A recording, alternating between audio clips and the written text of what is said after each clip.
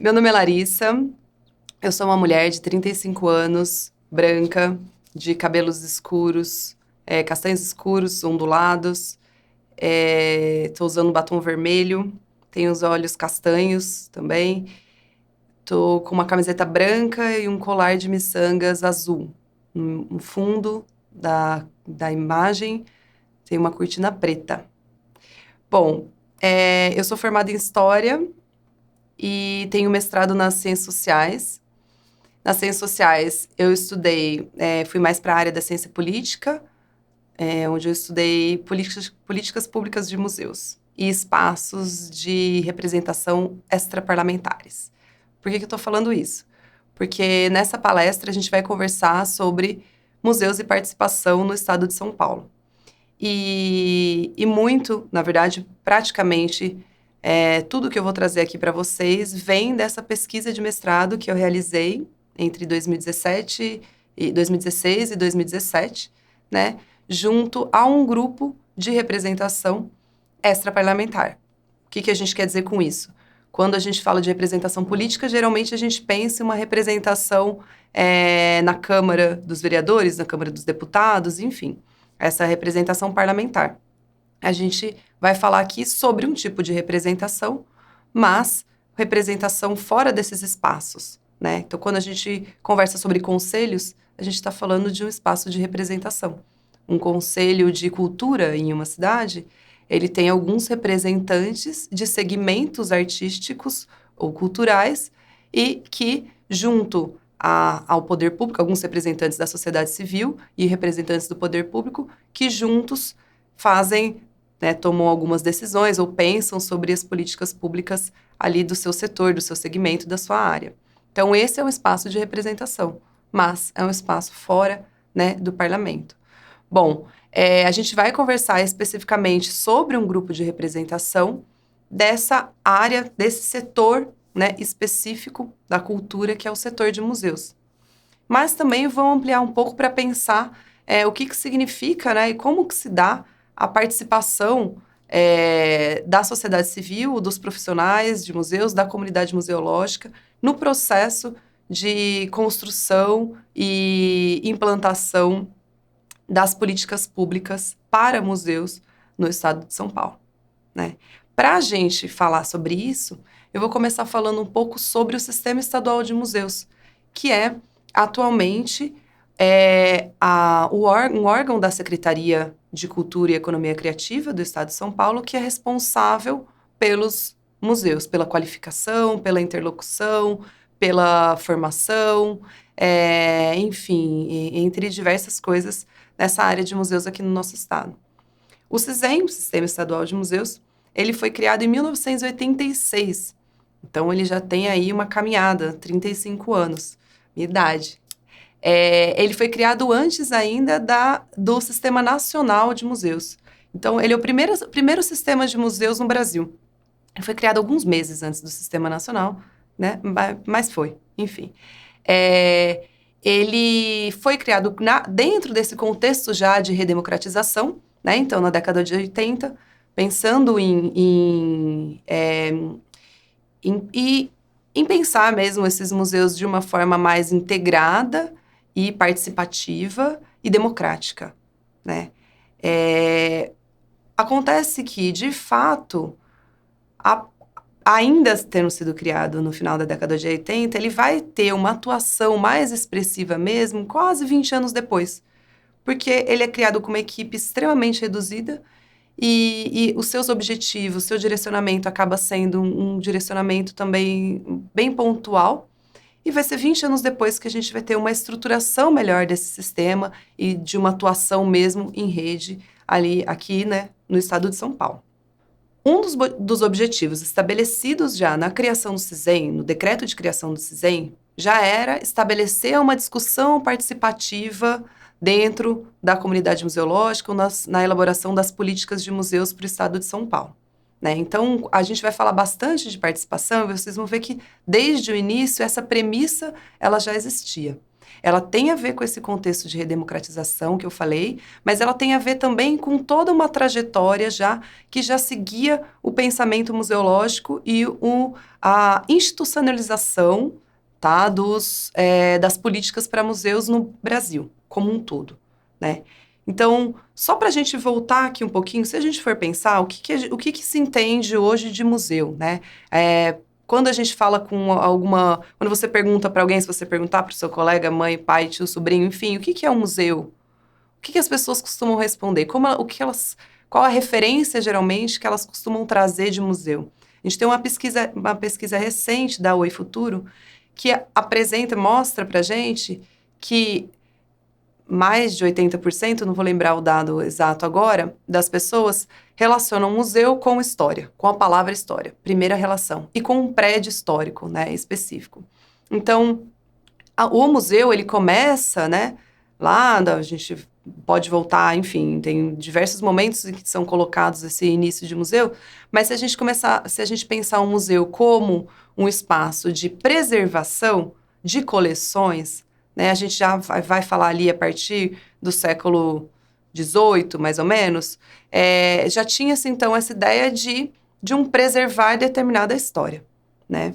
Esses museus eram coleções de início, coleções particulares, visitáveis, enfim, algo muito relacionado à elite. Essas coleções, depois elas passam a ser não somente coleções relacionadas à história, mas coleções de arte, coleções de história natural, enfim.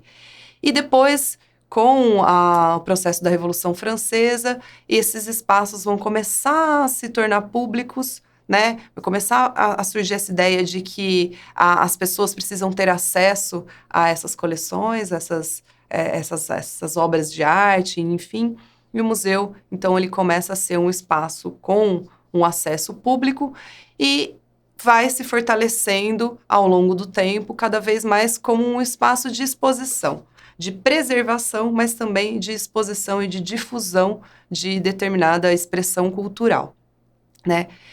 Porém, ao longo do tempo, o museu cada vez mais ele se traz um aspecto civilizatório para as suas exposições. Então, até mesmo no Brasil, quando a gente fala dos primeiros museus, e a gente vai começar a ter os museus com a vinda, né, com a transferência da corte, do Estado português para o Brasil, a partir de 1808, esses museus, muitas vezes, ou eram museus de coleções de história natural, ou eram museus que depois vão reforçar essa história do Império, ou contar a história do Brasil colônia, e posteriormente privilegiar um Brasil república, e sempre focando em personagens históricos, enfim.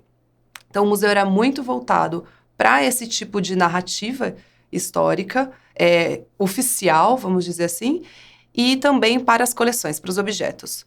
A partir da década de 50 e 60, 1950 e 60, começa a se questionar e pensar muito e discutir-se sobre esse papel dos museus e como ele podia ser transformado, enfim, reconstruído.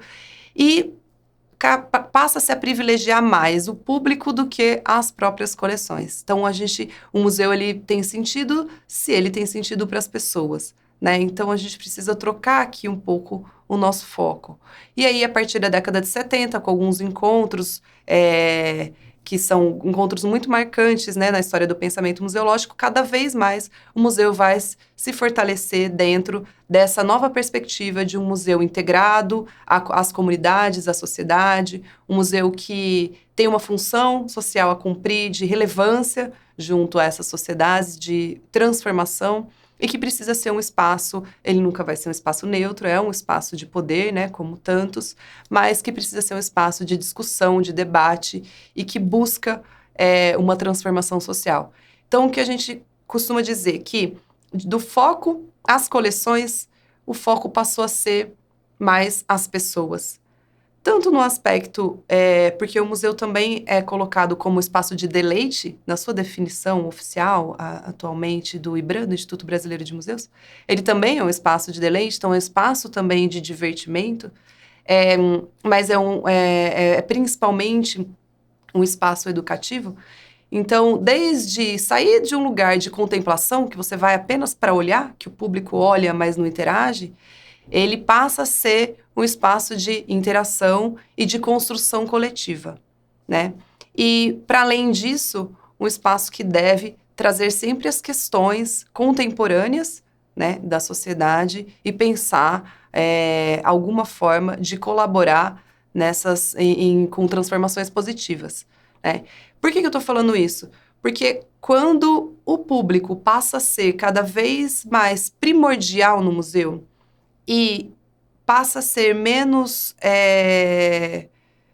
mais participativo, essas mudanças dentro do que se pensa dos museus também vão se refletir nas mudanças das políticas feitas para esses museus, né? Se nós queremos espaços participativos, se nós queremos que as pessoas elas se sintam pertencentes àqueles museus, que elas se sintam representadas dentro daqueles museus, a gente precisa que essas pessoas participem no processo de institucionalização desses espaços, né? Então, o que vai acontecer aqui no Brasil?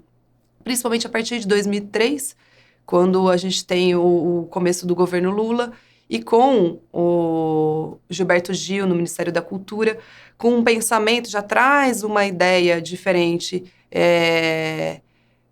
uma interpretação diferente do conceito de cultura, né? Começa-se a desenvolver políticas museológicas já dentro desse pensamento da cultura como algo que o homem faz, como algo presente no dia a dia, como uma manifestação que a gente olha e reconhece, e não necessariamente como algo elitista e que devemos trazer grupos periféricos e minorias apenas para acessá-la e contemplá-la. Então, dentro desse contexto, a Política Nacional de Museus, a primeira Política Nacional de Museus que a gente tem, ela é de 2003 e ela foi feita de uma forma extremamente participativa. Então, com diversos encontros de profissionais de museus, acadêmicos e debates pela internet, fóruns, enfim. Toda uma movimentação vai gerar em 2003 a nossa primeira Política Nacional de Museus. E, posteriormente, em 2009, o Instituto Brasileiro de Museus, até então no Brasil, as políticas para museus, elas ficavam no guarda-chuva ali do IPHAN, que é o Instituto de Patrimônio Histórico e Artístico Nacional, né? A partir de 2009 é criado, então, o Instituto Brasileiro de Museus e o primeiro Estatuto de Museus no Brasil, que regulamenta essa área, tanto a profissionalização do campo, quanto as próprias instituições. Então, dentro desse contexto todo, a gente vai ter o CISEM vindo ali, o Sistema Estadual de Museus, né? No estado de São Paulo, vindo ali desde 86, mas a partir da década de 2000, 2006, tem uma reestruturação na Secretaria da Cultura do Estado de São Paulo, e aí, de fato, ele vai tomar um fôlego maior para agir de uma forma sistêmica, né? E em rede.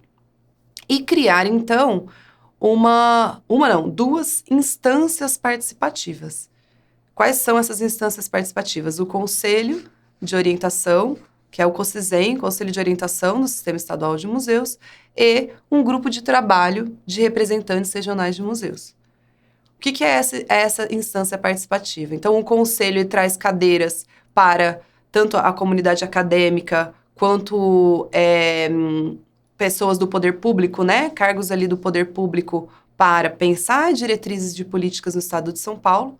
E o grupo de trabalho de representantes de museus é um grupo criado para conseguir conversar mais com o estado todo. É um grupo criado para conseguir fazer uma capilaridade ali de um órgão, o Sistema Estadual de Museus é um órgão pequeno, com poucos funcionários, né, que tem hoje uma equipe de uma OS, uma organização social da área da cultura que dá um suporte para as ações ali do CISEM, mas que tinha uma certa dificuldade de conseguir chegar em todas as regiões do estado e dar conta de fazer um diagnóstico da situação dos museus no estado de São Paulo, né? Inicialmente, ele é criado por quê? Porque a gente tem aqui no estado de São Paulo é a única e a primeira rede de museus públicos criada no Brasil. Então, lá também, entre a década de 50 e 70, foram criados 79 museus. De uma vez não, né? Ao longo de 20 anos, mas assim, foi um movimento muito grande de criação de museus. Alguns museus que já existiam em alguns municípios que passaram a fazer parte dessa rede, outros museus criados, e dentro ainda dessa lógica da civilizatória. Então, os 4 primeiros museus criados eram museus que queriam reforçar a identidade paulista e a participação paulista no ideário republicano. Então, esses 4 primeiros, um deles foi o Museu de Batatais, que era um museu histórico-pedagógico, Washington Luiz, era a cidade onde nasceu Washington Luiz. E outros 3 museus com o nome de 3 presidentes da República paulistas.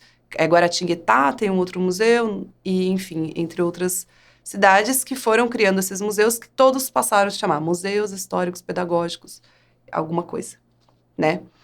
Bom, já no fim da criação dessa rede de museus, alguns já não estavam, né, dando um sinal de conseguir, de fato, ali se manter e fazer um trabalho ou relevante, enfim.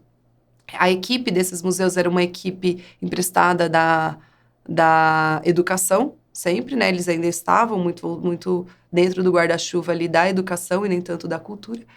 E esses museus foram, aos poucos, eles ou nem conseguiram se estruturar de fato, enfim, passaram a ter diversas dificuldades de manutenção. Bom, o Sistema Estadual de Museus é criado, então, para dar um suporte, um apoio a esses MHPs, esses Museus Histórico-Pedagógicos. E ele passa esses primeiros 20 anos, muito aos poucos, tentando ali trabalhar com esses museus. A gente não consegue falar exatamente hoje quantos museus a gente tem no estado de São Paulo, né? Mas a gente tem uma pesquisa, na verdade, um cadastro em andamento, que é o Cadastro Estadual de Museus, que é um instrumento de política pública feito exatamente para conseguir diagnosticar a situação dos museus paulistas, né? Então, esse cadastro ele já está acontecendo já há mais de 3 anos, e a partir dele é um cadastro super completo que busca, né, que traz diversas informações sobre os museus do estado de São Paulo, para que daí, a partir desses dados, se possa pensar em melhores políticas e políticas mais direcionadas, né, para os museus do estado de São Paulo. O que a gente tem, a gente estimamos que temos em torno de 500 museus no estado de São Paulo, é o estado com mais museus no Brasil. E é engraçado porque é um estado que até o ano passado não tinha uma graduação em museologia, né? Então, hoje a gente tem uma graduação EAD pela Faculdade Claretiano e temos o curso técnico na ETEC Paula Souza em São Paulo, mas é um curso técnico e não temos graduação em museologia no estado de São Paulo. Então, um dos desafios sérios aqui do nosso estado é exatamente essa qualificação, né, dos profissionais. O Estatuto de Museus de 2009 estabeleceu que todo museu deve ter um museólogo. Isso ainda não é uma realidade, né?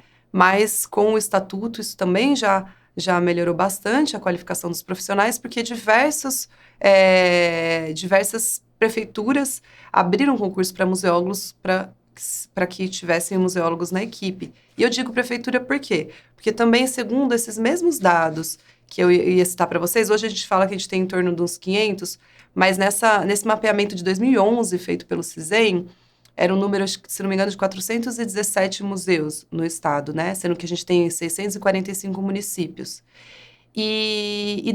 Dentro dessa pesquisa, também a gente tem um dado de que pouquinho mais do que 50% dos museus do estado, eles são municipais.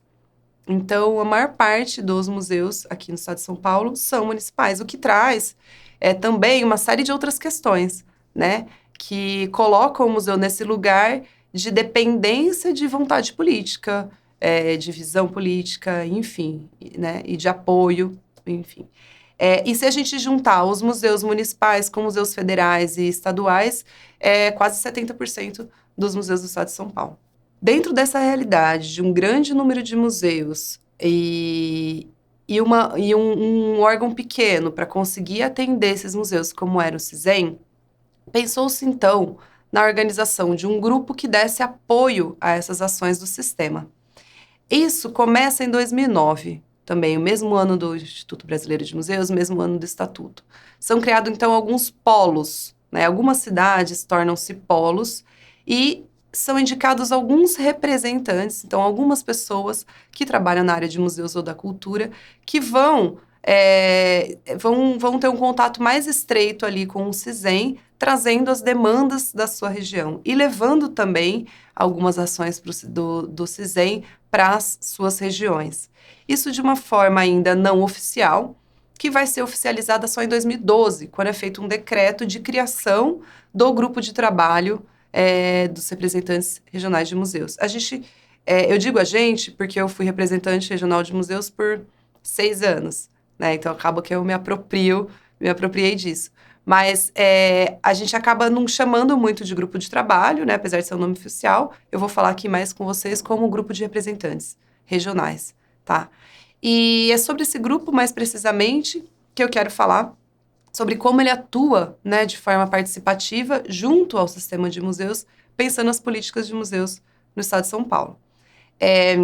Então, um grupo criado em 2012 e pensado para... seus objetivos, vamos colocar assim, eram esses primeiros de captação de demandas, certo? Das suas regiões, de proposição de ações ali nas suas regiões. Então, vamos pensar. Nós tínhamos, em 2012, quando ele foi criado, 32 representantes regionais. Por que 32? Porque o critério de regionalização utilizado para a criação desse grupo foi o da Fundação SEAD, que, inclusive, vocês estão vendo a imagem aí agora, do mapa de São Paulo com as regiões já divididas. Vocês vão lembrar que agora na pandemia a gente falou bastante no Plano São Paulo e essas regiões eram colocadas na área amarela, vermelha, enfim, conforme, né, o que era determinado ali em relação a número de leitos, enfim. Então, essa mesma regionalização era utilizada para a representação regional de museus. Então, a gente tem região de Barretos, região de Ribeirão Preto, região metropolitana, enfim. De 2012 a 2017 foi mais ou menos essa regionalização utilizada. Esse segundo mapa que vocês estão vendo agora é a que representa hoje as regiões utilizadas pelo grupo de representantes, né? Então, isso mudou um pouco. Por quê? Porque a gente tem algumas características específicas que precisaram ser pensadas. Por exemplo, a região de Campinas é uma região que não é territorialmente tão grande, mas é uma região com um número de museus altíssimo, certo? Então, apenas 2 representantes para aquela região acabavam não dando conta de atender e de conversar e de articular aquele número grande de museus. Então, foi necessário pensar em um desmembramento dessa região. Esse é um exemplo. Algumas outras situações também levaram à criação de outras regiões para que a gente pudesse organizar melhor, da melhor forma possível, né, esse grupo e que os representantes dessem conta não somente desse território, mas principalmente dos museus existentes nesse território. Bom, quem são esses representantes regionais de museus? São pessoas que trabalham na área da cultura, principalmente na área de museus, mas não somente, tá? E que formam uma chapa para ser eleita a cada 2 anos, o mandato é de 2 anos, e que aí depois vai ter como função fazer a articulação dos museus ali da sua região, realizar reuniões e encontros na sua região entre esses museus, fazer a captação das demandas e das necessidades desses museus na região para passar para o sistema estadual de museus. É função também do representante se reunir 2 vezes por ano na Secretaria da Cultura e Economia Criativa do Estado de São Paulo, nos encontros de representantes regionais, onde todos os representantes se encontram e se reúnem junto também com os representantes do poder público, da Secretaria, né, do CISEM, para conversar sobre a situação dos museus da região, para ouvir as propostas que o poder público está trazendo para o estado de São Paulo. Isso acontecia antes presencialmente, né? E nesses últimos 2 anos, virtualmente. Também é uma função do representante ele manter um mailing atualizado desses museus e dos contatos ali desses museus, né? O representante, ele não recebe, né, nenhum pagamento para isso, é um serviço público enfim, né, muito considerado, enfim, mas isso não tem pagamento nenhum. E ele é eleito durante o Encontro Paulista de Museus, que é um encontro que acontece anualmente, é o maior evento da museologia no estado de São Paulo hoje. Ele tem uma programação com oficinas, palestras, conferências, enfim. E a cada 2 anos, a eleição desses representantes.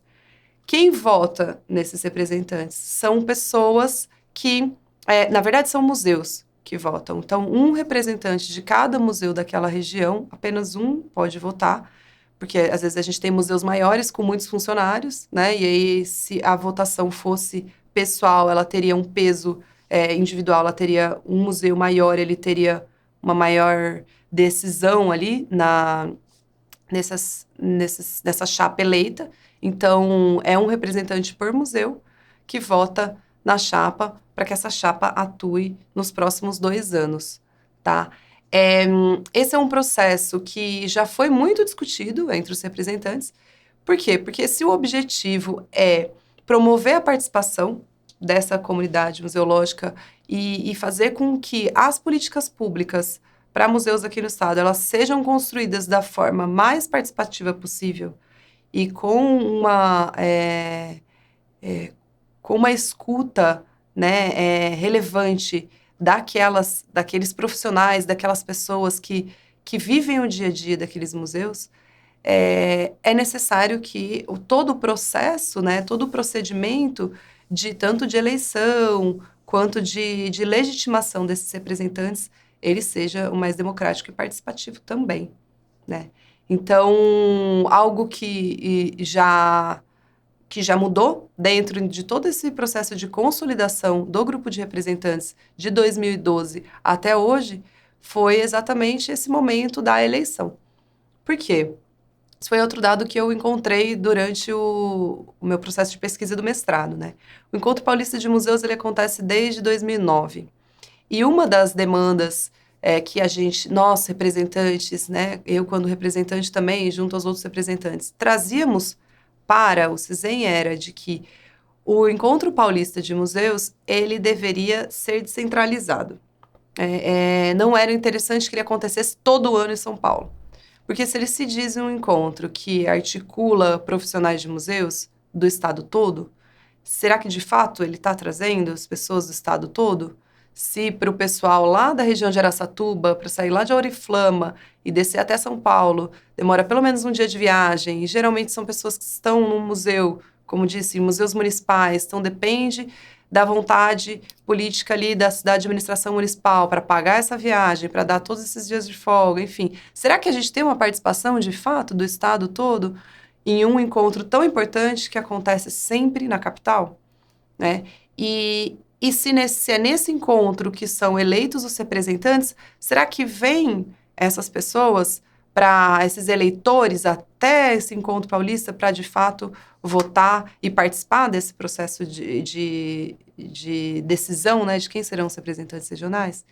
Então, eu busquei de 2009 a 2017, né, eu fiz essa pesquisa buscando os dados para saber de onde vinham essas pessoas que participavam do encontro. Então, 2009 e 2010 não teve registro da região que cada um estava vindo, então a partir de 2011 tinha, de 2011 a 2017, pelas inscrições a gente podia ver de que região do estado essas pessoas eram. E a gente se deparou com um dado de que 65% dos participantes, ou pelo menos, na verdade, das inscrições feitas para o Encontro Paulista de Museus entre 2011 e 2017, eram da região metropolitana de São Paulo.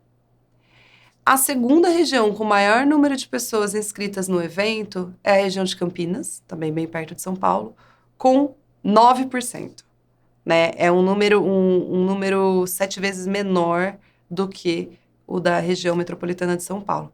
Então, a gente tem ali, ó, 65% de pessoas da região metropolitana de São Paulo, 9% de Campinas também, que é ali pertinho. Logo depois vem, hoje é Vale do Paraíba, antes era a região de São José, e litoral, enfim. Então, sim, isso que a gente desconfiava era uma realidade, né? A gente não está conseguindo chegar nessas outras regiões, ou não estávamos conseguindo trazer esses outros profissionais, essa comunidade museológica do estado todo de São Paulo, de outras regiões mais afastadas do estado de São Paulo, no Encontro Paulista de Museus. Né? Vamos pensar, então, se não é interessante a gente realizar esse encontro em outras cidades, em outros espaços. Bom, isso foi uma demanda de anos, né, dos representantes. A minha pesquisa trouxe esses dados. No ano seguinte, determinou-se, então, que o Encontro Paulista de Museus seria realizado de forma itinerante em diferentes regiões do estado. Então, nós tivemos 5 edições do Encontro Paulista Itinerante. Então, o EPM, Encontro Paulista de Museus, nesse ano passou a ser chamado de EPMI, Encontro Paulista de Museus Itinerantes, e foi realizado em cidades como Ribeirão Preto, Sorocaba, entre outras. E determinou-se que em ano par o Encontro Paulista de Museus seria na cidade de São Paulo e ano ímpar nessas outras regiões como itinerante. E que as eleições para representantes de museus, elas inicialmente ainda, nesse primeiro encontro, ainda foram presenciais, mas que posteriormente passariam a ser virtuais, né? Também para facilitar e ampliar a participação. Quanto ainda à participação no Encontro Paulista de Museus, e essa participação expressiva ali da região metropolitana de São Paulo e de Campinas, outro ponto que eu me questionei durante o processo de pesquisa foi, tá, nós temos, será que essa participação é maior por conta da proximidade ou também por conta do fato de ter mais museus nessa região? Então, às vezes, não vem tanta gente da região ali de Franca, porque não temos tantos museus na região de Franca, né?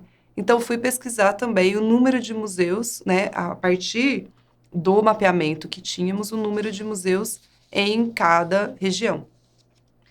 O que eu encontrei foi que a região metropolitana, na verdade, a capital, a cidade de São Paulo, concentra 28% dos museus do estado de São Paulo. E a região de Campinas tem 21% dos museus do estado. Então, realmente, tem um número maior de museus, vai ter uma participação mais expressiva durante o encontro, mas quando a gente pensa nesse encontro e ele sendo o mais democrático possível, é interessante ainda que ele seja descentralizado, né? E isso foi uma conquista, e isso aconteceu exatamente por conta da existência dessa instância de participação desse grupo de representantes e desse contato, desse diálogo estreito entre o poder público e a sociedade civil no papel desses representantes regionais. Bom, agora, outra coisa importante da gente pensar é a participação civil, ou enfim, a participação como um todo, né, dentro do processo de construção de políticas públicas, ela traz resultados positivos, como a gente acabou de apresentar aqui agora. Mas como que a gente incentiva essa participação? Ou mesmo como que a gente garante que essa participação ela seja efetiva, né? E aí são diversos outros fatores que precisam ser pensados e discutidos e analisados ao longo do tempo e que têm sido feito dentro do grupo de representantes. Então, recentemente, em 2017, também foi repensado todo o regimento do grupo, desde o processo decisório da eleição até mesmo da determinação das funções desses representantes, o que eles têm que fazer, como eles têm que fazer e por que é interessante participar desse grupo, né? Então, uma das perguntas de pesquisa que eu tive no meu mestrado foi entender quais eram as pessoas que estavam ali como representantes e o que as teriam motivado a estarem dentro dessa instância. Porque não é simples, ninguém ganha nada para isso, É algo que exige bastante dedicação de tempo, muitas vezes de recursos até, quando o representante ele precisa estar em outras cidades para estar em contato com esses outros museus, para realizar essas ações, esses encontros regionais de museus, enfim, então muitas vezes traz uma demanda também de recursos financeiros e de bastante e com certeza de bastante dedicação de tempo para isso. Então, o que motiva essas pessoas a fazer parte desse grupo, né? Coloquei essa pesquisa dentro do questionário que eu realizei com os representantes regionais de museus e depois classifiquei as respostas que tive em 4 categorias principais, né? Sendo elas a categoria de participação, a categoria de indicação. Então, essa foi a que deu menos pessoas. Então, algumas pessoas, por fim, dos 32 representantes titulares, porque temos os representantes titulares e os suplentes, e entre os 64 representantes, dos questionários que eu enviei para os representantes no período da minha pesquisa, 31 foram respondidos, né? Então, só 4 deles disseram que estavam naquele grupo por conta de indicação. Então, naquela região, nenhuma chapa estava eh, se organizando para entrar no processo de candidatura e eleição.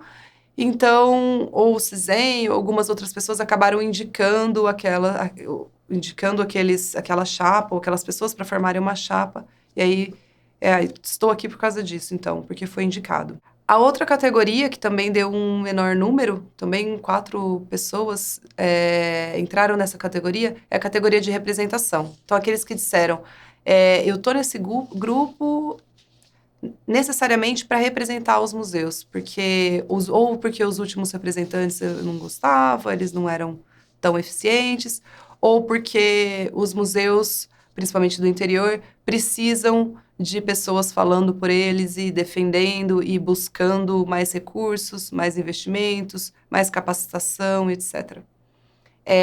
A categoria com maior número de respostas, que 21 pessoas foram classificadas nessa categoria, foi exatamente a de participação política, né?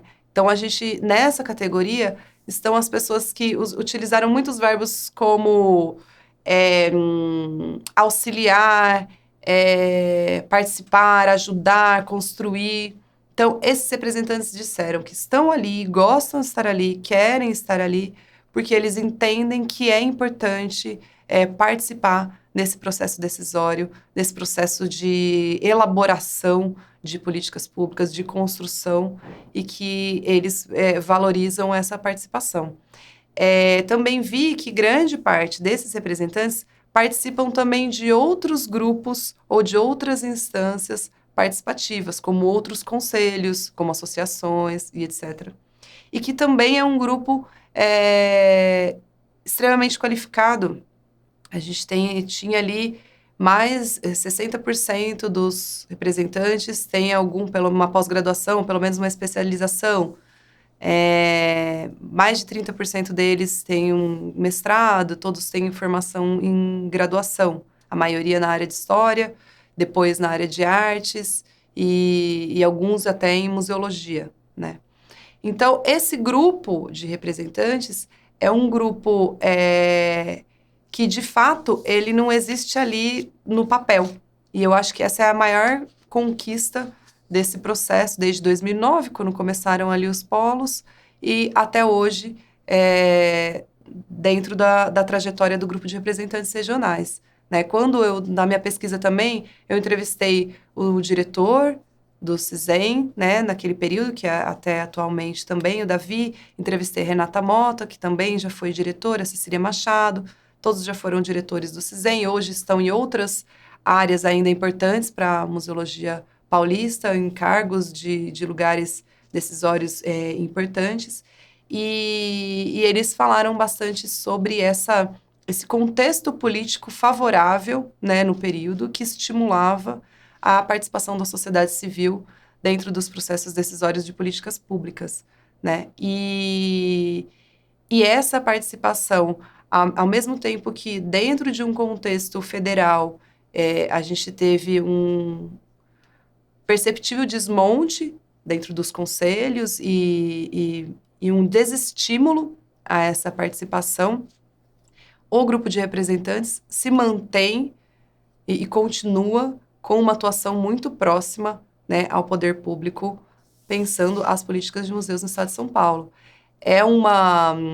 Ainda pode e deve, e esperamos que vá melhorar muito em seus procedimentos e na sua atuação e no seu diálogo ali com o poder público, mas já há algum tempo apresentado como exemplo para outros estados que depois desenvolveram e criaram também os seus grupos parecidos com grupos de representantes e até internacionalmente já foi apresentado em encontros, em congressos, essa experiência do estado de São Paulo, de se pensar e se compartilhar, né, esse processo de políticas públicas entre poder público e sociedade civil, comunidade museológica, profissionais de museus e profissionais da área da cultura. Para além do grupo de representantes regionais de museus, como eu citei, temos também em São Paulo o Conselho de Orientação do Sistema Estadual de Museus. Esse conselho, ele atua hoje não só de forma consultiva, mas também ele tem um poder deliberativo sobre o cadastro estadual de museus. Então, o cadastro que eu já citei aqui nessa fala hoje, que está sendo realizado no estado de São Paulo, esse instrumento, né, de política pública, ele acontece com a participação intensa do conselho, né? São técnicos e profissionais do CISEM e da Campertinari, que é a organização social que dá esse apoio ao CISEM, de visitas técnicas a esses museus, que inicialmente já fizeram o processo de cadastro, tá? Porque é uma participação voluntária desses museus que preenchem um IQC, um instrumento de questionário, né, básico, colocando informações dos seus museus, depois recebem uma visita técnica e esse relatório é levado desses técnicos para o Conselho de Orientação que delibera sobre esses museus, colocando os museus em determinadas categorias, como a categoria básica, nível 1, 2 e 3, ou aquele museu, ou enfim, aquela instituição, como uma instituição ainda em processo museológico, né? O conselho, então, é que reunido que delibera sobre essa classificação dos museus que estão se cadastrando.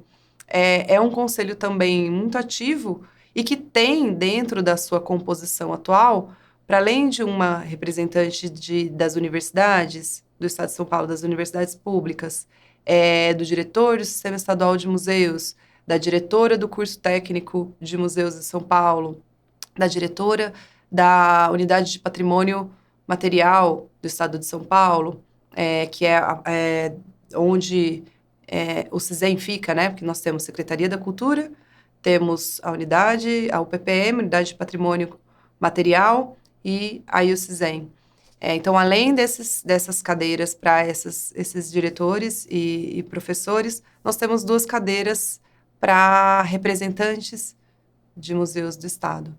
Então, são 2 pessoas hoje que representam todos os museus do Estado de São Paulo.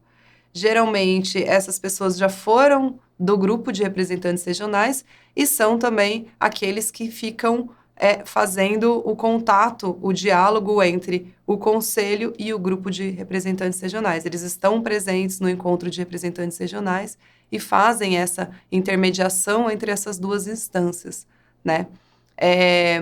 O conselho, ele participa também de reuniões com o poder público, com o CISEM, pensando mais precisamente as diretrizes e as orientações das políticas para museus no Estado.